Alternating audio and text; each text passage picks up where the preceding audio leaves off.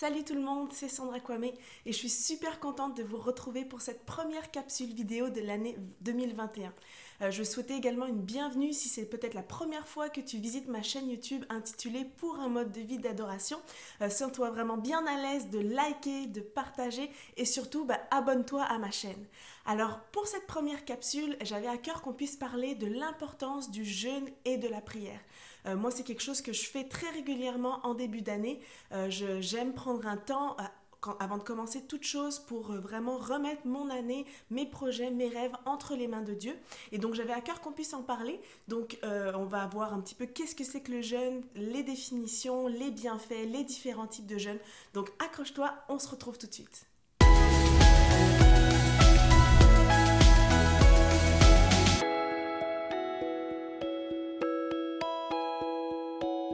Donc avant qu'on puisse regarder qu'est-ce que c'est que le jeûne, je voulais qu'on puisse d'abord regarder ensemble qu'est-ce que le jeûne n'est pas. Donc premièrement, le jeûne, c'est pas un régime. On fait pas un jeûne dans le but de perdre du poids. C'est sûr que quand on va arrêter de manger, quand on va diminuer son alimentation, naturellement, on va perdre du poids, on va perdre également de la masse musculaire, mais c'est pas du tout le but pour lequel on fait ça. Puis d'ailleurs, quand on va recommencer à manger, reprendre un rythme alimentaire, souvent les kilos vont revenir en plus. Donc ce n'est pas l'objectif d'un jeûne. Deuxièmement, le jeûne, c'est pas réservé aux pasteurs, c'est pas réservé à ceux qui exercent un ministère dans l'église, c'est pas réservé juste aux moines, mais c'est vraiment accessible à tout le monde. Ensuite, le but, ce n'est pas de s'infliger une souffrance, de s'imposer une pénitence pour trouver grâce aux yeux de Dieu, parce que c'est pas nécessaire. Jésus, il a déjà souffert pour nous. Donc c'est pas ça non plus l'objectif d'un jeûne. Et c'est pas parce que tu jeûnes non plus que ça va changer Dieu. C'est pas parce que tu arrêtes de manger comme ceux qui font la grève de la faim que Dieu va se dire je vais avoir plus pitié, je vais être plus bon avec lui, je vais lui accorder plus ça. Pas du tout. Quand tu jeûnes, ça ne change pas Dieu, mais par contre ça te change toi. Ça change ton cœur, ça change tes pensées, ça change aussi ta manière de voir, ta manière de vivre ta foi. Et ce n'est pas non plus parce que tu vas jeûner que ça va déclencher, que ça va provoquer ton miracle. Alors là, c'est là que tu vas me dire, alors dans ce cas, ça sert à quoi de jeûner ? On va regarder ensemble justement quelle est la définition du jeûne. Et j'ai trouvé une définition intéressante dans un livre qui s'appelle Le jeûne, qui a été écrit par Jentezen Franklin, et je vais vous lire la définition. Ça dit que le jeûne, donc de la manière comme c'est écrit dans la Bible, consiste à se passer de nourriture dans un but spirituel. Le jeûne nous introduit dans une relation plus profonde, intime et puissante avec le Seigneur. Et donc quand on élimine la nourriture de notre quotidien, en fait c'est comme si on se débarrassait des choses de ce monde pour pouvoir être plus sensible sur les choses de Dieu. Ça nous place dans une position propice pour pouvoir entendre plus clairement ce que Dieu veut nous révéler et entendre sa voix. Et on retrouve plein d'exemples dans la Bible justement de personnages bibliques qui ont jeûné. On a Paul, on a Daniel, on a Esther, on a le roi Josaphat et bien sûr on a l'exemple ultime qui est Jésus. Jésus, lui, il a jeûné après son baptême, avant justement de commencer son ministère et de choisir ses disciples. Il a jeûné 40 jours. Et Jésus parle plusieurs fois du jeûne également dans la Bible, notamment dans Matthieu 17, verset 20. C'est quand les disciples en fait ont essayé de chasser un démon et qu'ils n'y sont pas arrivés et que Jésus lui est arrivé et a pris autorité pour chasser le démon. Et les disciples lui demandent « Mais pourquoi est-ce qu'on n'y est pas arrivé ?» Et Jésus leur répond « C'est parce que vous manquez de foi, leur dit Jésus. Je vous le dis en vérité, si vous aviez la foi comme un grain de moutarde, vous diriez à cette montagne, déplace-toi jusqu'à là, et elle se déplacerait. Rien ne vous serait impossible. Cependant, cette sorte de démon ne sort que par la prière et par le jeûne. La manière dont je le comprends, c'est que oui, la foi nous permet de vivre et d'expérimenter des choses extraordinaires et surnaturelles. Mais il y a des combats, il y a des délivrances, il y a des guérisons qu'on ne peut vivre et qu'on ne peut aller chercher que par le jeûne et la prière. Donc c'est pour ça que c'est important de l'intégrer dans notre discipline en tant que croyant et en tant qu'adorateur. Alors avec tout ça, pourquoi est-ce que c'est important de jeûner ? Parce que Dieu, il veut répandre et il en réserve des bénédictions qui sont extraordinaires et qui sont surnaturelles pour nos vies. Mais il y a certaines de ces bénédictions qui ne se réaliseront que si on prend le temps de le chercher dans le jeûne et dans la prière. Puis soyons honnêtes, on se connaît. On a toujours des excuses pour pas le faire, pour pas jeûner. Ça va me déconcentrer, j'arriverai pas à rester concentrée pour mon travail. Oh, mais c'est parce que j'avais tel ou tel repas avec ma famille ou mes amis qui était déjà prévu, donc cette semaine, c'est pas la bonne semaine. Oh, j'ai pas le temps de prier, donc si j'ai pas le temps de prier, ça sert à rien de jeûner, etc., etc. On en connaît plein des excuses comme ça. Et pour ma part, c'est quelque chose que j'aime faire en début d'année. Comme je le disais dans l'introduction, j'aime prendre un temps à part avec Dieu au tout début de mon année, avant même de commencer quoi que ce soit, d'entreprendre quoi que ce soit. J'ai toujours plein de rêves dans la tête, j'ai toujours plein de projets, j'ai toujours envie de faire plein de choses, mais je veux absolument en fait prendre un temps pour les confier à Dieu. Et donc encore une fois, cette année, j'ai décidé de prendre un temps de jeûne et je vais faire ce qu'on appelle un jeûne de Daniel. Donc ça, je vais vous en parler un petit peu plus tard pour vous expliquer qu'est-ce que c'est. Mais vraiment, le but avec ce jeûne, en fait, c'est de faire un reboot de mon corps, de mon âme et de mon esprit. Donc le but, c'est de purifier mes pensées, de refocaliser le tout sur Dieu. C'est de purifier également mon corps afin de prendre soin de son temple et de purifier spirituellement afin de pouvoir redonner la première place à Dieu dans ma vie et dans tout ce que je fais. Et chaque année, au 1er janvier, on prend toutes sortes de résolutions, on fait toutes sortes d'objectifs, on décide de commencer ou d'arrêter certaines habitudes, des choses comme ça. Et moi, j'aimerais te proposer, si en cette année 2021, ce janvier 2021, la meilleure décision que tu pouvais prendre, c'était simplement de te rapprocher de Dieu. Et le premier avantage de prendre un temps de jeûne en début d'année, c'est que ça va te permettre de te fixer une ligne de conduite pour tout le reste de ton année. De la même manière, par exemple, que moi, je prends un temps de prière le matin pour lui remettre ma journée. Prier au mois de janvier te permet de remettre toute ton année, ou encore de la même manière que quand je reçois mon salaire, les premiers pourcentages sont pour Dieu. Et de la même manière, quand je commence mon année, les premiers moments, les premiers jours lui sont consacrés. Je prends un temps à part avec lui que je consacre pour ensuite en bénéficier tout le reste de l'année. Le deuxième avantage, en fait, c'est que je bâtis symboliquement un autel pour Dieu. Qu'est-ce que c'est qu'un autel ?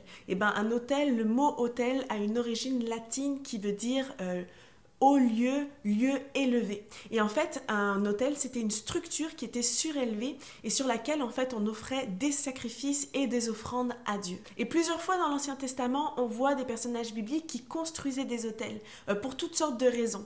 Ils bâtissaient des autels pour se rappeler la présence de Dieu dans leur vie. Ils bâtissaient des autels pour parler à Dieu. Ils bâtissaient des autels pour entendre Dieu leur parler. Ils en bâtissaient également pour demander la faveur, pour demander pardon. Ils en bâtissaient également pour demander une direction ou simplement pour exprimer leur amour et leur loyauté envers Dieu. Et ces autels étaient plus que des sacrifices, mais ça symbolisait une communion avec Dieu et un rappel de toutes les fois où Dieu leur était apparu ou s'était révélé à eux. Ils pouvaient également par les autels se rappeler la protection divine et également toutes les promesses que Dieu avait envers eux. Et donc c'est la raison pour laquelle je dis que je bâtis symboliquement un autel quand je prends un temps de jeûne en début d'année. C'est qu'en fait par cet acte marquant, je veux venir sceller ma relation avec Dieu. Je veux venir sceller le fait, mon désir de vouloir vivre pour lui et je veux venir aussi sceller tout ce que Dieu pourrait me révéler tout au long de l'année. Et le troisième avantage, c'est que ça permet de mettre en pratique le verset qui dit dans Matthieu 6, verset 33, « Cherchez premièrement le royaume de Dieu et sa justice, et toutes choses vous seront données en plus. » Si tu commences l'année en cherchant Dieu en premier, en le mettant ou en le remettant à la première place, je peux t'assurer que toutes choses seront ajoutées dans ta vie et tout au long de l'année, bien au-delà de ce que tu peux penser, de ce que tu peux demander ou de ce que tu peux même imaginer. Alors c'est la raison pour laquelle je t'encourage à jeûner. Et d'ailleurs, on va regarder ensemble les différents types de jeûne. Mais avant de commencer, je voulais juste faire cette petite précision que si tu as des problèmes de santé ou si tu as une santé plus fragile, de prendre le temps de consulter un médecin ou de consulter peut-être un naturopathe ou autre, juste pour bien te faire conseiller et accompagner afin de choisir le jeûne qui te sera le mieux adapté et la durée et de juste aussi valider que c'est bon pour toi. Donc on a 4 types de jeûne. On a le jeûne absolu, ou qu'on peut dire sec aussi. On a le jeûne complet, qu'on appelle aussi hydrique. On a le jeûne partiel et le jeûne intermittent. Le jeûne absolu, c'est le jeûne le plus extrême. En fait, tu coupes tout. ni nourriture, ni eau. C'est pour ça que ça, c'est un des jeûnes qu'il faut vraiment que tu consultes avant de le faire et que tu t'assures que tu es capable de tenir. Et puis ensuite, bien sûr, ça dépend de la durée dont tu le fais. Donc ça, c'est pour le jeûne absolu. Ensuite, on a le jeûne complet. Donc là, en fait, c'est tu te prives de nourriture et tu ne le remplaces que par des choses liquides. Donc tu bois de l'eau ou tu peux boire également des bouillons, des jus de fruits naturels. Ensuite, on a ce qu'on appelle le jeûne partiel. Donc c'est ce qu'on appelle plus communément le jeûne de Daniel. Pourquoi est-ce qu'on appelle ça le jeûne de Daniel? Je vais vous lire un extrait du livre dont je vous ai parlé tout à l'heure qui résume ce que c'est que le jeûne de Daniel. C'est-à-dire en fait qu'au début de la captivité à Babylone, Daniel et ses 3 compagnons refusèrent de manger les mets et de boire du vin du roi, demandant au contraire de pouvoir consommer uniquement des légumes et de l'eau. Ils le firent pendant 10 jours pour prouver qu'ils demeuraient en bonne santé, qu'ils demeuraient en aussi bonne santé que les jeunes gens de la cour. Puis plus tard, dans le chapitre 10, attristé par la situation critique d'Israël, Daniel commença un autre jeûne partiel sans boire de vin, sans consommer de viande et en se consacrant pendant ce temps à la prière. Et à la fin, sa prière fut exaucée par un ange. Donc c'est la raison pour laquelle on appelle ça un jeûne de Daniel. On met en pratique en fait la même méthode, c'est-à-dire qu'on ne mange pas de viande, on ne mange pas de nourriture transformée, on ne mange pas de mets délicats, mais seulement des fruits, des légumes, des choses naturelles. Je sais que vous pouvez trouver en fait plein de ressources pour vous donner un peu plus de détails sur les aliments que vous avez le droit de manger, qu'est-ce qu'il faut enlever de l'alimentation dans le jeûne de Daniel, que ce soit dans les livres que je vous ai montrés ou sur Internet. Moi personnellement, j'utilise également un e-book que l'église Momentum a partagé, qui a été fait par un diététicien qui s'appelle Jeff Lawson. Vous pouvez aller le suivre sur sa page ou vous pouvez aller sur le lien, je vais vous mettre le lien de l'église Momentum avec le e-book dans les commentaires. Comme ça, en fait, vous allez pouvoir trouver des ressources qui vont vous aider à choisir le bon jeûne, à savoir qu'est-ce que vous avez le droit de faire, de ne pas faire, comment le faire et comment bien se préparer. Et puis, il y a le jeûne intermittent. Donc, il va s'agir en fait de prendre un temps de jeûne pendant une période qui peut durer 14 ou 16 heures dans la journée et qui inclut le temps de sommeil. Et puis ensuite, vous allez manger pendant la période restante, donc les 8 à 10 heures. Ça dépend le temps que vous voulez faire. Donc, si par exemple, vous ne jeûnez pendant 14 heures, et bien ensuite, vous avez 10 heures pour manger dans la journée et vous arrêtez. Par exemple, si vous dites que vous jeûnez jusqu'à midi, dans ce cas, vous commencez seulement à manger à partir de midi et ensuite, la dernière heure à laquelle vous finissez de manger, c'est 22 heures. Donc, vous mangez dans une période de midi à 22 heures et ensuite, vous ne mangez plus rien jusqu'à la prochaine journée à midi.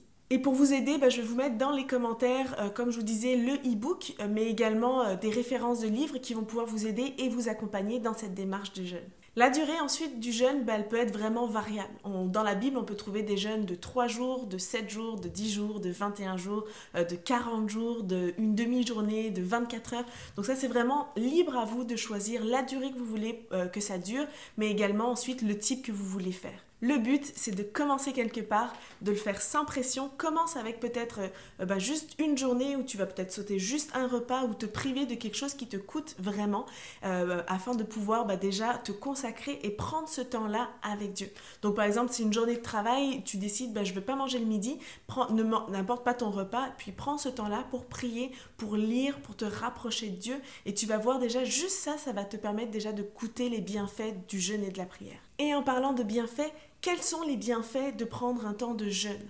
On va regarder dans le livre de Ésaïe 58 à partir du verset 6. Dans ce passage, le prophète Ésaïe reprend en fait sur les mauvais jeûnes et explique qu'est-ce que c'est que le jeûne auquel Dieu prend plaisir. Dans le verset 6, ça commence en disant « Voici le jeûne auquel je prends plaisir. Détache les chaînes de la méchanceté, dénoue les liens de la servitude, renvoie libres les opprimés, et que l'on rompe toute espèce de joug. Partage ton pain avec celui qui a faim et fais entrer dans ta maison les malheureux sans asile. Si tu vois un homme nu, couvre-le et ne te détourne pas de ton semblable. Alors la lumière poindra comme l'aurore et ta guérison germera promptement. Ta justice marchera devant toi et la gloire de l'Éternel t'accompagnera. Alors tu appelleras et l'Éternel répondra. Tu crieras et il dira « Me voici ». Si tu éloignes du milieu de toi le joug, les gestes menaçants et les discours injurieux, si tu donnes ta propre subsistance à celui qui a faim, si tu rassasies l'âme indigente, ta lumière se lèvera sur l'obscurité et les ténèbres seront comme le midi. L'Éternel sera toujours ton guide. Comme un jardin arrosé, comme une source dont les eaux ne tarissent pas. Les tiens rebâtiront sur d'anciennes ruines. Tu relèveras des fondements antiques, on t'appellera réparateur des brèches, celui qui restaure les chemins et qui rend le pays habitable. Donc c'est un long passage, c'est sûr, mais j'ai trouvé dans ce livre qui parle du jeûne et de la prière un résumé de toutes les bénédictions qui sont citées dans ce verset. Ça dit que le jeûne auquel Dieu prend plaisir nous énumère au moins 12 bienfaits. La révélation, la guérison et l'équilibre, la justice, la présence de la gloire de l'Éternel, l'exaucement des prières, la direction continuelle, la satisfaction, le rafraîchissement, la force, le travail durable comme un fleuve intarissable, l'élévation des futures générations, le rétablissement. Alors bien sûr, c'est une liste de 12 bienfaits qui sont en lien avec le verset qu'on a lu, mais la liste est tellement pas exhaustive, il y a tellement de bénédictions qui découlent d'un temps de jeûne, quand on prend un temps de jeûne et surtout quand on le prend en début d'année, la réponse à la prière, la révélation de la volonté de Dieu pour ta vie, la guérison, la délivrance dans ton cœur, dans tes pensées, dans tes addictions, la guérison, toutes sortes de choses. Je pourrais vous en citer encore des centaines et des centaines parce qu'en fait, c'est un temps que tu consacres à Dieu. Tu te défais de quelque chose qui te tient, qui est un nécessaire pour ta vie, pour aller chercher en fait ce qui est le plus nécessaire à ta vie, c'est-à-dire Jésus et sa présence. Alors que ce soit en début d'année ou en cours d'année, prendre un temps de jeûne et de prière est quelque chose de bénéfique avant de commencer quelque chose, avant de prendre une décision importante, avant de mettre en place des nouveaux projets, avant d'être dans une nouvelle étape de vie, avant même de faire face à une situation ou une décision difficile, avant d'entrer dans une nouvelle relation ou de peut-être te défaire d'une certaine relation. Et puis c'est aussi bénéfique pour pouvoir combattre spirituellement, pour pouvoir aller chercher la victoire, des réponses de Dieu, pour connaître sa volonté, pour recevoir une vision et une direction de la part de Dieu, pour recevoir la sagesse, pour recevoir sa faveur, peut-être sur une situation précise ou simplement pour tout au long de ton année. Et moi, c'est la raison pour laquelle je jeûne et que je jeûne en début d'année. Je l'ai faite la première fois que je suis arrivée au Canada. Je ne savais pas encore si je voulais rester, je ne savais pas ce que Dieu voulait pour moi. Et puis je me souviens, en début d'année, j'ai pris un temps de jeûne et de prière pendant 10 jours et j'ai eu tellement de réponses, j'ai eu tellement de confirmations. La raison pour laquelle je suis encore ici au Québec et que je fais tout ce que je fais, c'est parce que j'ai pris ce temps de jeûne et de prière et que Dieu est venu confirmer des choses dans mon cœur, qu'il est venu confirmer également ma place et ce qu'il voulait faire avec moi. Donc ça a été déterminant pour tout le reste de mon avenir et c'est encore déterminant. Chaque temps de jeûne et de prière que je prends encore aujourd'hui est déterminant pour tout ce que je fais.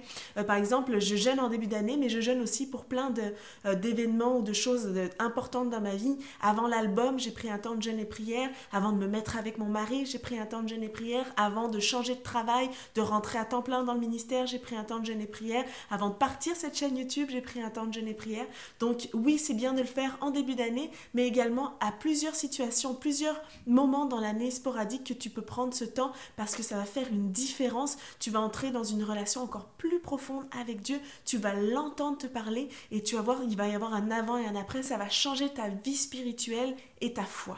Et je termine avec cette phrase qui dit que sans Dieu, on ne peut rien faire, mais avec lui, on peut tout accomplir. Alors vraiment, je t'encourage en tant qu'adorateur à commencer l'année toi aussi en prenant un temps de jeûne, en prenant un temps à part avec Dieu, peu importe la durée, peu importe le type de jeûne que tu veux faire, le but c'est de se rapprocher de lui et de rechercher sa présence.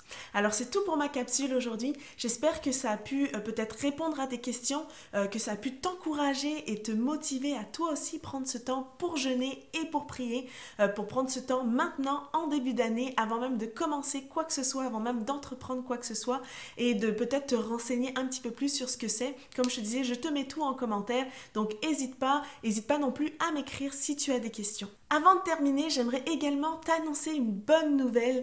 J'organise le 30 janvier un webinaire en ligne, donc 1 heure en ligne ensemble sur le thème du leader de louange. Donc ça a pour but en fait de s'adresser aux leaders de louange, que tu sois déjà leader, que tu sois nouveau, que tu sois expérimenté ou que ce soit quelque chose que tu aies à cœur de faire. On va prendre 1 heure ensemble pour pouvoir parler de ce que c'est que ce rôle-là, le mandat, des clés également que je vais vous donner, des outils que je vais vous donner pour progresser. Et vraiment, ça s'adresse à toi si tu veux progresser, si tu veux grandir, si tu veux te développer dans ce rôle-là et que tu veux gagner en confiance, en aisance et en compétence. Donc, je lance les inscriptions officiellement. Je te mets le lien également en commentaire. Inscris-toi, il y a un nombre limité de 150 places. Ça va être le samedi 30 janvier 2021 à 10h pour ceux qui sont dans la région du Québec et à 16h pour ceux qui sont en France. Et vraiment, je t'encourage à t'inscrire, à m'envoyer des questions. On va vraiment avoir un super moment d'échange et ça va être une super occasion de pouvoir parler un petit peu plus du leader de louange, de pouvoir vous partager également mon expérience et de vous donner plusieurs conseils, que ce soit théologiques, bibliques, théoriques et pratiques. Donc je t'encourage à t'inscrire et on se voit très vite. Merci encore d'avoir suivi cette vidéo et je vous dis à bientôt.